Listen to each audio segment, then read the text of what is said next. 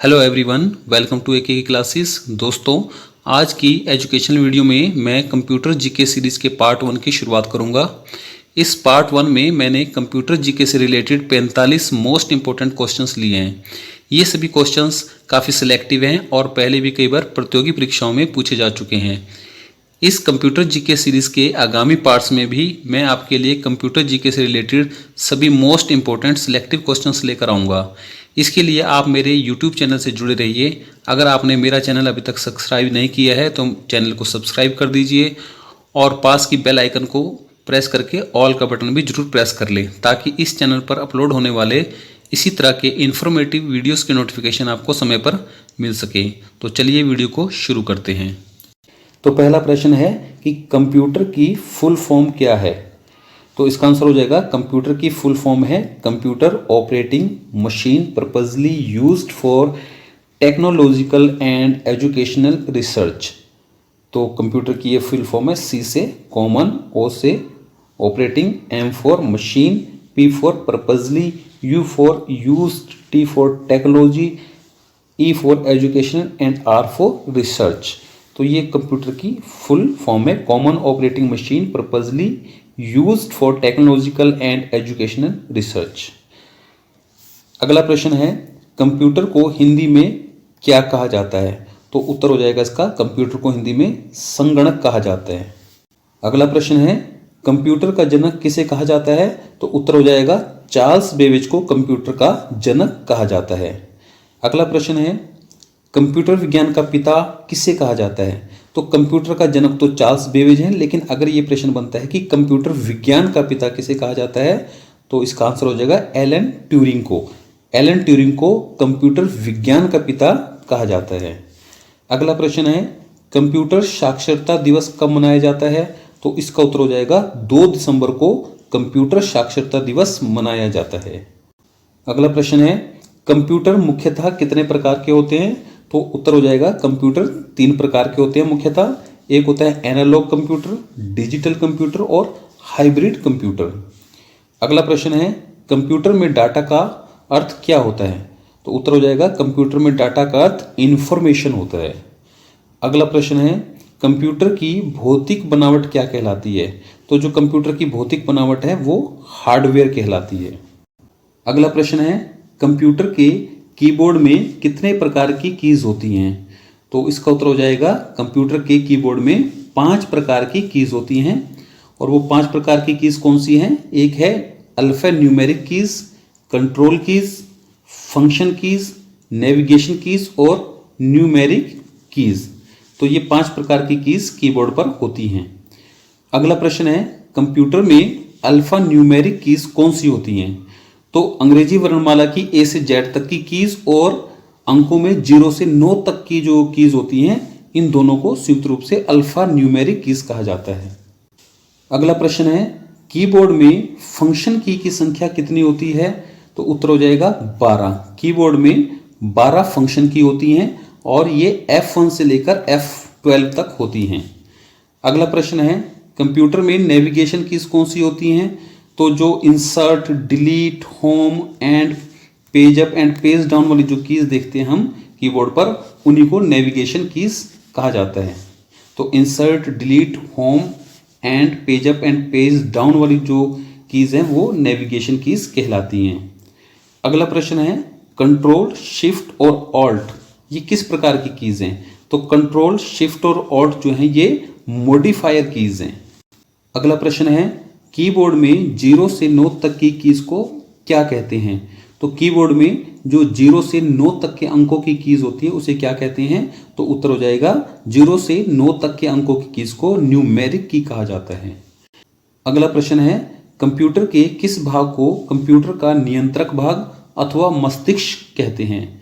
तो उत्तर हो जाएगा सीपीयू। सीपीयू को जो है कंप्यूटर का मस्तिष्क या ब्रेन भी कहा जाता है। अगला प्रश्न है, कंप्यूटर के मॉनिटर की डिस्प्ले को कैसे नापा जाता है। तो उत्तर हो जाएगा डायगोनली। जो कंप्यूटर का मॉनिटर होता है उसकी जो डिस्प्ले स्क्रीन होती है उसको डायगोनली मापा जाता है। अब डायगोनली क्या चीज़ है ये आप समझ लीजिए। डायगोनली जैसे ही कंप्यूटर की स्क्रीन है, डिस्प्ले स्क्रीन है, तो इसको ऐसे में मापा जाता है, इस तरह से, तो ये डायगनली मापा जाता है। तो कंप्यूटर के मॉनिटर की डिस्प्ले को कैसे मापा जाता है? तो डायगनली नापा जाता है। अगला है कंप्यूटर हार्डवेयर का वह भाग जो बहुत अधिक मात्रा में आंकड़ों का भंडारण कर सकता है, क्या कहलाता है? तो उत्तर हो जाएगा कंप्यूटर हार्डवेयर का वह भाग जो बहुत अधिक मात्रा में आंकड़ों का भंडारण कर सकता है, वह चिप कहलाता है। अगला प्रश्न है इंटीग्रेटेड सर्किट चिप जो है उसका आविष्कार किसने किया था? तो उत्तर हो जाएगा इंटीग्रेटेड सर्किट चिप का जो आविष्कार है वो J.S. किल्बी ने किया था। अगला प्रश्न है इंटीग्रेटेड सर्किट चिप पर किसकी परत होती है? तो उत्तर हो जाएगा इंटीग्रेटेड सर्किट चिप पर सिलिकॉन की परत होती है। अगला प्रश्न है एकीकृत परिपथ के आविष्कार से किस पीढ़ी के कंप्यूटरों का जन्म हुआ? तो उत्तर हो जाएगा एकीकृत परिपथ के आविष्कार से तीसरी पीढ़ी के कंप्यूटरों का जन्म हुआ। अगला प्रश्न है WWW के आविष्कारक कौन थे? तो उत्तर हो जाएगा टिम बर्नर्स-ली। टिम बर्नर्स-ली जो है WWW के आविष्कारक थे और WWW का जो फुल जो फॉर्म है वो है वर्ल्ड वाइड वेब, और इसका आविष्कार जो है टिम बर्नर्स-ली जो कि एक ब्रिटिश वैज्ञानिक थे, इनके द्वारा वर्ष 1989 में किया गया था। अगला प्रश्न है वर्ल्ड वाइड वेब यानी कि WWW का बैकबोन किसे कहा जाता है? तो उत्तर हो जाएगा HTTP को WWW का बैकबोन कहा जाता है। अगला प्रश्न है HTTP का पूर्ण अर्थ क्या है? तो उत्तर हो जाएगा HTTP का जो पूर्ण अर्थ है वो है hyper text transfer protocol. H for hyper, T for text, T for transfer और P फॉर प्रोटोकॉल। तो HTTP का पूर्ण अर्थ हो जाएगा हाइपर टेक्स्ट ट्रांसफर प्रोटोकॉल। अगला प्रश्न है HTML का पूर्ण अर्थ क्या है? तो इसका उत्तर हो जाएगा HTML का जो पूर्ण अर्थ है यानी कि उसका फुल मीनिंग जो है वो है हाइपर टेक्स्ट मार्कअप लैंग्वेज, यानी कि H for hyper, T for text, M for markup और L फॉर लैंग्वेज। तो HTML का पूर्ण अर्थ हो जाएगा हाइपर टेक्स्ट मार्कअप लैंग्वेज। अगला प्रश्न है किसी HTML डॉक्यूमेंट को किसी दूसरे HTML डॉक्यूमेंट से कनेक्ट करना क्या कहलाता है? तो प्रश्न यह है कि किसी HTML डॉक्यूमेंट को यदि किसी दूसरे HTML डॉक्यूमेंट से कनेक्ट करना हो तो वो क्या कहलाता है? तो यह की प्रक्रिया कहलाती है हाइपर लिंक। किसी HTML डॉक्यूमेंट को किसी दूसरे HTML डॉक्यूमेंट से कनेक्ट करना हाइपर लिंक कहलाता है। अगला प्रश्न है PDF का पूर्ण अर्थ क्या है? तो PDF का पूर्ण अर्थ है portable document format. P for portable, D for document और F फॉर फॉर्मेट। तो PDF का जो पूर्ण अर्थ हो जाएगा पोर्टेबल डॉक्यूमेंट फॉर्मेट। अगला प्रश्न है चुंबकीय डिस्क पर किस पदार्थ की परत होती है? तो इसका उत्तर हो जाएगा चुंबकीय डिस्क पर आयरन ऑक्साइड की परत होती है। अगला प्रश्न है कंप्यूटर डाटा की सबसे छोटी इकाई क्या है? तो कंप्यूटर डाटा की सबसे छोटी इकाई बिट है। अगला प्रश्न है कंप्यूटर में किसी शब्द की लंबाई किस में मापते हैं? तो उत्तर हो जाएगा बिट में। तो कंप्यूटर में यदि किसी शब्द की लंबाई मापी जाती है तो वो बिट में मापी जाती है। अगला प्रश्न है एक निब्बल में कितने बिट होते हैं? तो उत्तर हो जाएगा एक निब्बल में 4 बिट होते हैं। अगला प्रश्न है एक बाइट में कितने बिट होते हैं? तो उत्तर हो जाएगा एक बाइट में 8 बिट होते हैं। अगला प्रश्न है सुपर कंप्यूटर के लिए शब्द लंबाई की रेंज कितनी होती है? तो उत्तर हो जाएगा सुपर कंप्यूटर के लिए शब्द की जो लंबाई या ये रेंज है वो 64 बिट या फिर 8 बाइट होती है। जो सुपर कंप्यूटर में शब्द की लंबाई की जो रेंज होती है वो 64 बिट या 8 बाइट मानी जाती है। अगला प्रश्न है कंप्यूटर की स्मृति क्षमता को किस में मापते हैं? तो उत्तर हो जाएगा कंप्यूटर की स्मृति क्षमता को मेगाबाइट में मापा जाता है। अगला प्रश्न है स्टोरेज माध्यम की क्षमता की इकाई क्या है? तो उत्तर हो जाएगा स्टोरेज माध्यम की क्षमता की इकाई बाइट है। अगला प्रश्न है 1000 बाइट्स किसके समान होता है? तो उत्तर हो जाएगा 1000 बाइट्स 1 किलोबाइट्स के समान होता है। अगला प्रश्न है 1 किलोबाइट किसके समान होता है? तो उत्तर हो जाएगा 1 किलोबाइट 1024 बाइट के समान होता है। अगला प्रश्न है 10 लाख बाइट्स किसके बराबर होता है? तो उत्तर हो जाएगा 10 लाख बाइट्स 1 मेगाबाइट्स के समान होता है या उसके बराबर होता है। अगला प्रश्न है 1 मेगाबाइट्स में कितने बाइट होते हैं? तो उत्तर हो जाएगा 1 मेगाबाइट में 10,48,576 बाइट होते हैं। अगला प्रश्न है एक कंप्यूटर की मेमोरी आमतौर पर किलोबाइट या मेगाबाइट में मापी जाती है।